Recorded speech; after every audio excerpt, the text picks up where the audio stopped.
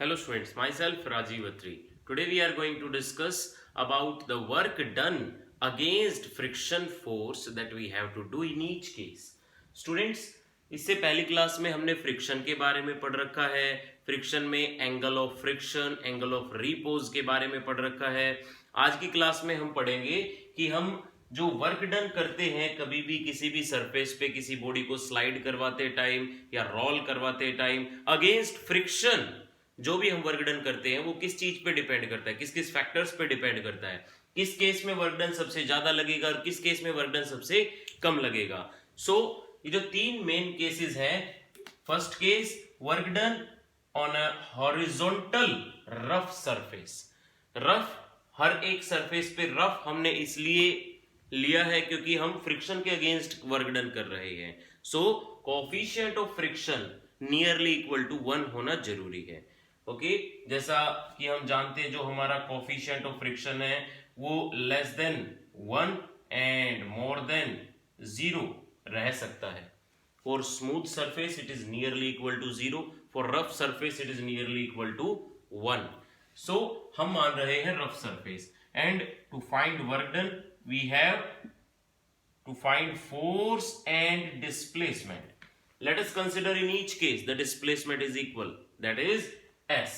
हर एक केस में हमारा डिस्प्लेसमेंट कितना है, हर एक केस में हम जो भी वर्क डन कर रहे हैं उस वर्क डन से कितना डिस्प्लेसमेंट सफर करवा रहे हैं, S का।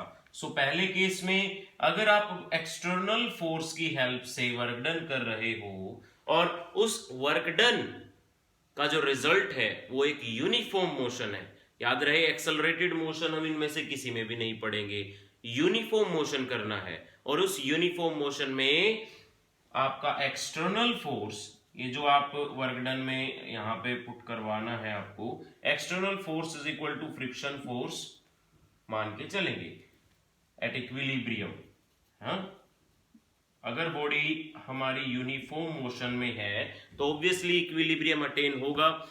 यस, वन मोर थिंग, अगर आप ये कह रहे हो कि बॉडी यूनिफॉर्म मोशन में है या बॉडी एक्सेलरेट नहीं कर रही, इट मीन्स ये नहीं होता कि एक्सेलरेशन 0, तो हम वो लॉजिक अप्लाई कर देगी net force is equal to 0, बिल्कुल भी नहीं।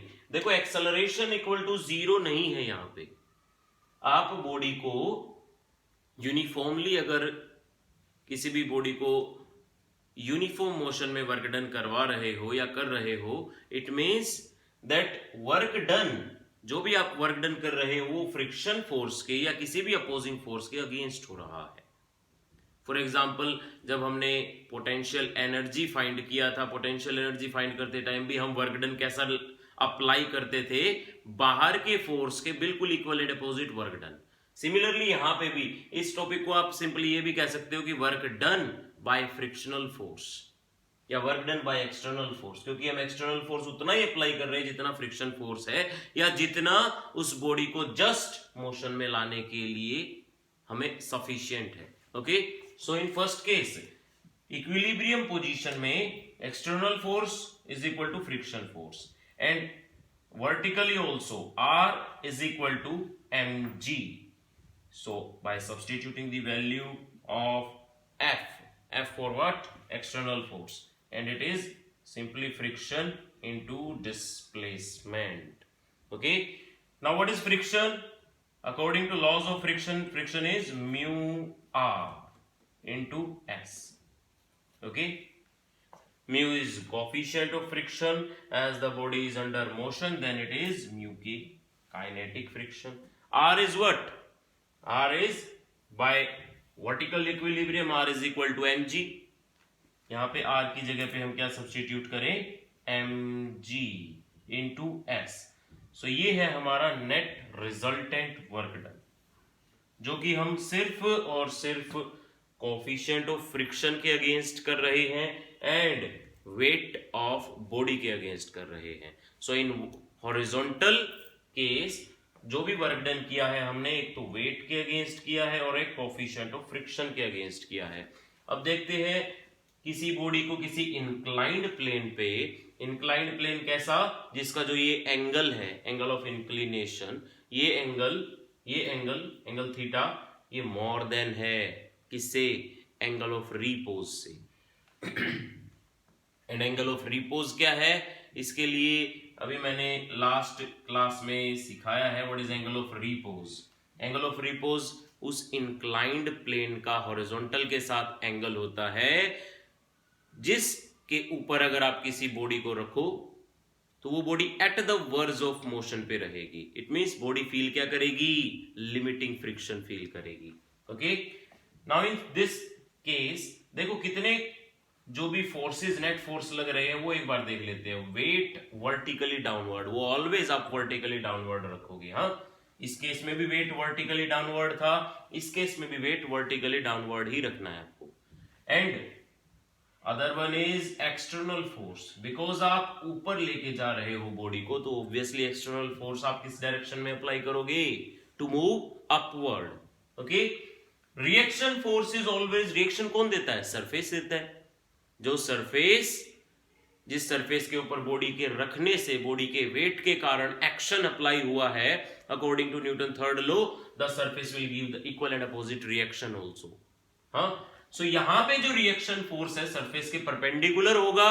एंड सेकंड थिंग, वो रिएक्शन वेट के कॉस कंपोनेंट को मिल रहा है। अंडरस्टैंड?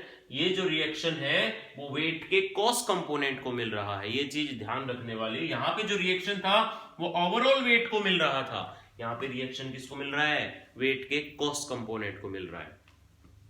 कॉस कंपोनेंट कहां से? ये जो एंगल है ये इसके बराबर होता है अकॉर्डिंग टू ज्योमेट्री और 9th क्लास मेंसुरेशन। ये एंगल इसके बराबर होता है। कैसे होता है? ये देखो, दो साइड्स के बीच का एंगल, उन दोनों साइड्स के ऊपर अगर आप एक एक परपेंडिकुलर ड्रॉ कर दे, उन परपेंडिकुलर के बीच का एंगल और उस साइड के बीच का एंगल दोनों ही बराबर होते हैं ऑलवेज। सो यहां पे भी हमने इक्वेट किया एंड आफ्टर इक्वेटिंग mg को हम रिजोल्व करेंगे, mg cos component and mg sine component. इन दोनों कंपोनेंट्स में रिजोल्व किया। अगर आप बॉडी को ऊपर की तरफ लेके जा रहे हो तो एक और फोर्स यहां पे रफ सरफेस के कारण लाई कर रहा है, वो है friction force. So now again in equilibrium situation, equilibrium में क्या होगा? External force is equal to mg sin theta. Understand the variation? देखो यहां पे एक्सटर्नल फोर्स वेट के अगेंस्ट भी काम कर रहा है, फ्रिक्शन के अगेंस्ट तो यहां पे भी कर ही रहा था। जो भी रफ सरफेस है उस पे आप अगर फोर्स अप्लाई कर रहे हो तो वो आपका फोर्स फ्रिक्शन के अगेंस्ट तो काम करेगा ही करेगा। अगर वो सरफेस इंक्लाइंड भी है तो आपका वेट का साइन कंपोनेंट और इन्वॉल्व होगा उसमें। So in this case as we know work done is equal to force dot displacement and the displacement is remains same. Force is what? mg sin theta plus friction into displacement s. Now what is friction? Friction is again mu r, okay, mg sin theta plus friction is mu r. As the body is under motion, so friction is kinetic friction. mg sin theta plus mu k r. yes, अगर आप equilibrium apply करें along reaction force तो यहां पे आपको क्या मिलेगा? Reaction force किसके बराबर है? mg cos थीटा के बराबर है। ये हमारा रिएक्शन फोर्स। यहां से अगर आप again substitute the value of reaction mu k into mg cos theta into s। यहां से आपको समझ में आ रहा होगा कि जो वेट है, वेट को कॉमन ले लेते हैं, दोनों में ही mg है, दोनों में ही mg है, सो टेक mg कॉमन। और ये mg कॉमन लेने के बाद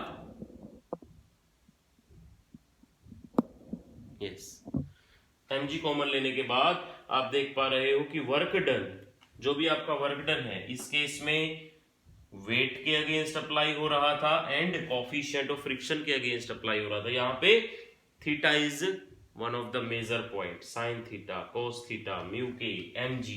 सो work done on slope to move up a body is greater than as compared to work done on a horizontal rough surface. Now to move down, इस case में क्या होगा? ये देखिए weight, again weight is vertically downward. Weight vertically downward as the angle of inclination is equal to this angle with the reaction force. So ये mg cos component and mg sin component. अब की बार आपका external force apply हो रहा है downward. So friction is ready to oppose your external force.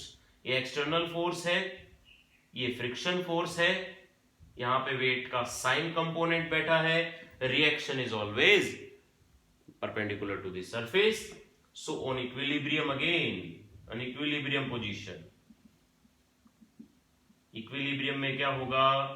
R is equal to mg cos theta and friction force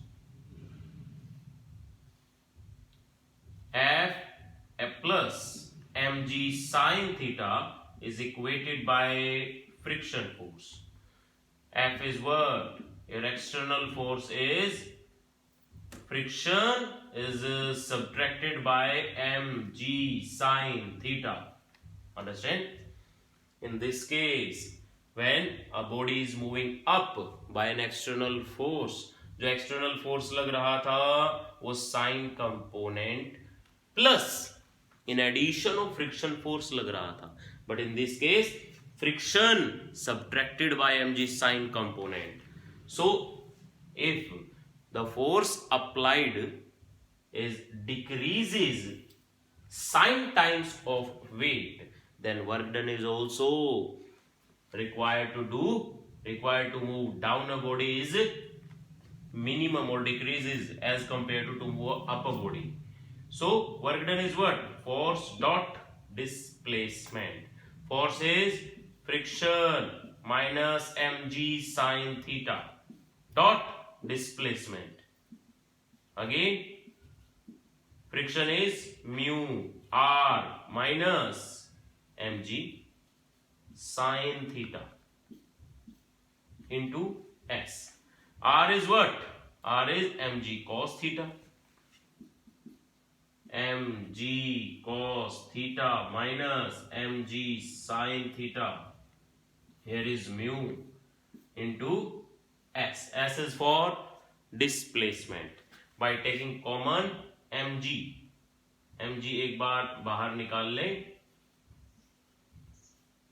so ये similar term बन जाएगी, बस एक नेगेटिव यहाँ पे पॉजिटिव था, वहां नेगेटिव है. so ये क्या है?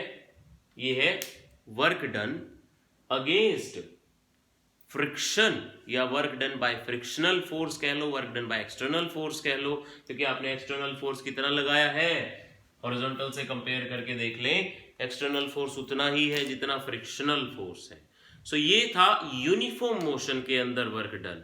ओके, अगर एक्सेलरेटेड मोशन के अंदर आप वर्क डन निकालना चाहते हो, उसके लिए फिर आपको पहले एक्सेलरेशन, नेट रिजल्टेंट एक्सेलरेशन निकालनी पड़ेगी. ओके, और रिजल्टेंट एक्सेलरेशन निकालने के लिए वो भी मैं एक बार आपको सिखा देता हूं. अगर आपको रिजल्टेंट एक्सेलरेशन निकालनी है, मींस एक्सेलरेटेड मोशन है, ये तो था uniform motion. Let us consider the body is accelerated. अब बॉडी ऊपर की तरफ क्या कर रही है? एक्सेलरेट कर रही है. और अगर बॉडी एक्सेलरेट कर रही है, देन नेट रिजल्टेंट फोर्स कैसे निकाल के लाओगे? नेट रिजल्टेंट फोर्स कैसे निकाल के लाओगे? ऑब्वियसली अगर बॉडी ऊपर की तरफ एक्सेलरेट कर रही है तो ऊपर की तरफ लगने वाला फोर्स कहीं ना कहीं ज्यादा है as compare to down to the slope. So upward force subtracted by friction plus mg sin theta. This is the net resultant force.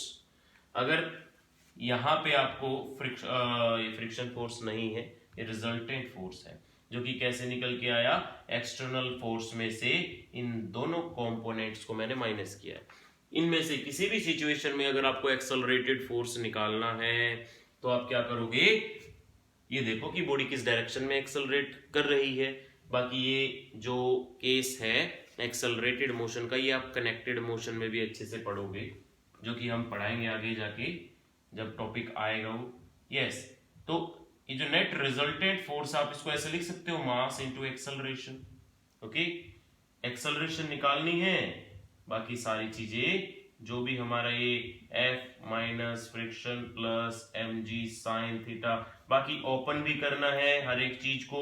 यहां से देखें, F ओपन करेंगे, फ्रिक्शन ओपन करेंगे, मास एक्सेलरेशन ओपन। ये फ्रिक्शन को open करने के लिए क्या करें, mu R is what, mg cos theta. ये सारी चीजें ओपन करने के बाद एक्सेलरेटेड मोशन का फोर्स निकल के आएगा, रिजल्टेंट फोर्स निकल के आएगा। ओके, सो जो हमारा आज का कंसेप्ट था उसमें एक्सेलरेशन नहीं थी।